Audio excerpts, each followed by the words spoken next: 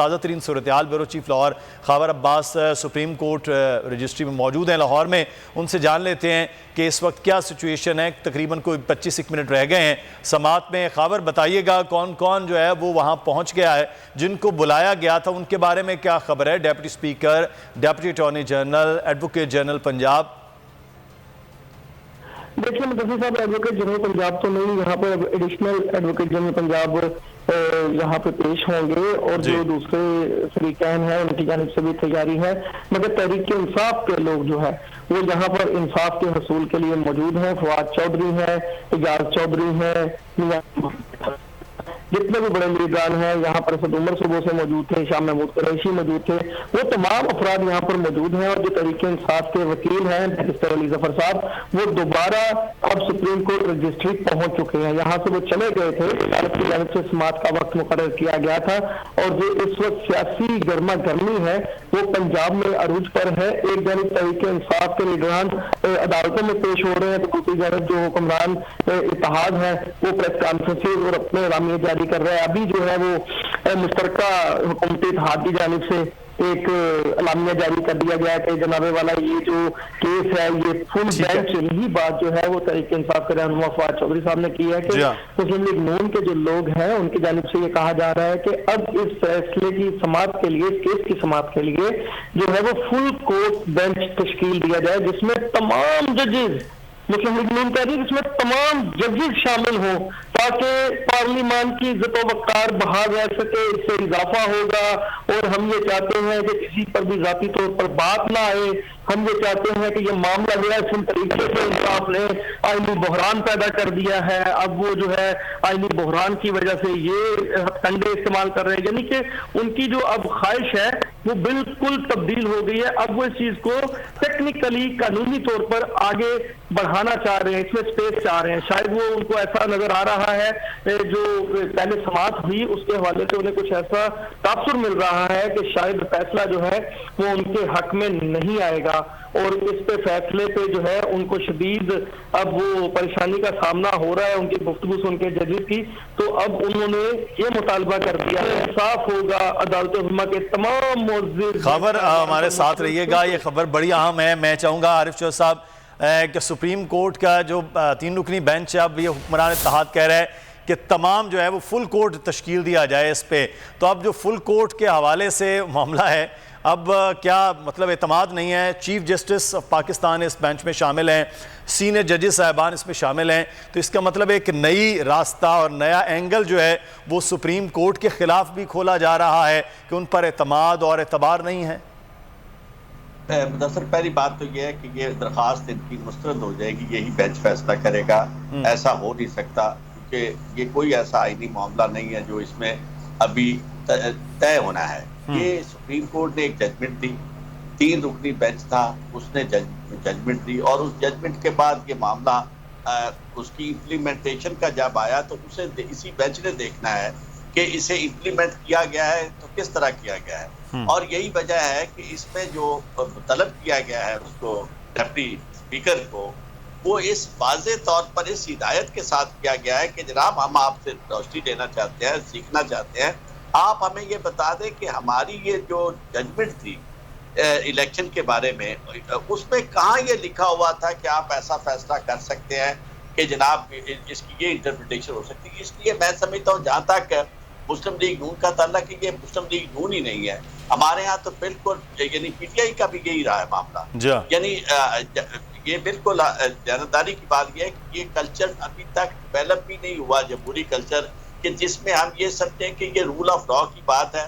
عدالت میں جائیں, جو عدالت فیصلہ کرتی ہے اسے منوان تسلیم کریں, جہاں اس کے اوپر ہمارے اعتراضات ہیں بیٹھ کے بات کریں, اور اس کے اوپر تنقید کا حق, فیئر فارمیٹ کا حق لکھا ہوا ہے, تو آپ کی توہین عدالت میں بھی نہیں آتا. لیکن ہمارے ہاں تو یہ ہے کہ چونکہ یہ سیاست نہیں ہو رہی, یہ ذاتی طور پر, اور اس مفادات کی جنگ کو آپ ذرا ملاحظہ فرمائیں نا کہ آصف علی زرداری صاحب, پاکستان کی یہ ساری صورتحال, ایک چیز آپ نظر انداز نہ کریں کہ آصف علی زرداری صاحب کو جو سب سے بھاری کہا جا رہا ہے وہ اس لیے کہا جا رہا ہے کہ آصف علی زرداری صاحب جو ہے ان کو کہا گیا کہ جناب آپ ہمیں کوئی فارمولہ بنا کے دیں, اور وہ انہوں نے باقاعدہ اس کا اظہار کیا کہ آپ فارمولے مجھ سے پوچھتے ہیں تو میں نے کہا جی پہلے ہمارے حوالے کرے نا، اس کے بعد ہم فارمولے.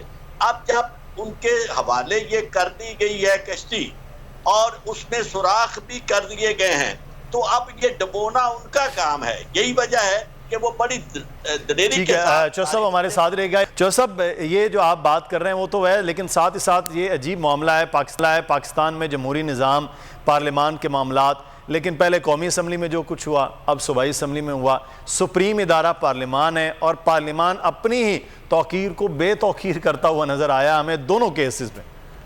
آپ دیکھیں آرٹیکل 69 اپنے طور پہ موجود تھا، لیکن جو رویہ اس وقت ڈپٹی اسپیکر کا تھا اور رات گئے تک بھلے جو بھی ہوا معاملہ جی سازش ہوئی ہے جو بھی ہو، لیکن اس چیز کو رات تک آپ لٹکا رہے ہیں، یعنی آخری سانس تک کہ جی آخری بال تک لڑیں گے. سارا کچھ ہوا، اس سے کیا تاثر ملتا تھا؟ اس سے یہی تھا کہ عدالت مداخلت کرے. اب اس کے بعد پھر کہا گیا کہ جی عدالتیں رات کے 12 بجے کھل جاتی ہیں. ہم سب نے یہ کہا کہ جی ایسا کیوں ہوتا ہے، کیوں کھلتی ہیں؟ پھر عدالت آپ مجبور ہوگی کہ ہر معاملے کو اس طرح آپ لے رہے ہیں، ذاتی لڑائی اس طرح لڑی جا رہی ہے کہ آپ کا وزیر داخلہ یعنی جو اس حد تک آگے چلا جاتا ہے، رول آف لا کی تجزیہ بکھیر دیتا ہے. دنیا میں آج تک کبھی کسی وزیر داخلہ نے یہ کہا ہے کہ میں نے نئی بلٹس منگوا لی ہیں ان کے لیے، یعنی سوئی گیس کے گولے منگوا لیے ہیں اور لوگوں پر پھینکنے کے لیے. اس کے بعد اس ملک کے نظام کو جمہوری کہا جائے تو میں حیران ہوں. اور اس کو جناب پھر دھمکیاں دی جا رہی ہیں کہ جی ہم یہ کر رہے ہیں. اور اس کے بعد یہ جو اب کل ہوا ہے، کل آپ ذرا مدثر صاحب یہ ملاحظہ فرمائیں کہ ڈپٹی اسپیکر کا آفس جو ہے، اگر اس قانون کے تحت جس میں آرٹیکل 69 ہے، اگر اس آئین کے تحت اگر نئی مداخلت کرنی عدالت نے تو اس لیے نہیں کرنی کہ اس کا رول جو ہے وہ اپنے طور پر ایک انڈیپینڈنٹ جج کا رول ہے اور اس کا رویہ سب کے لیے ایک ہونا چاہیے. اس سے یہ آپ ذرا رویہ اس کا دیکھ لیں کہ وہ کس طرح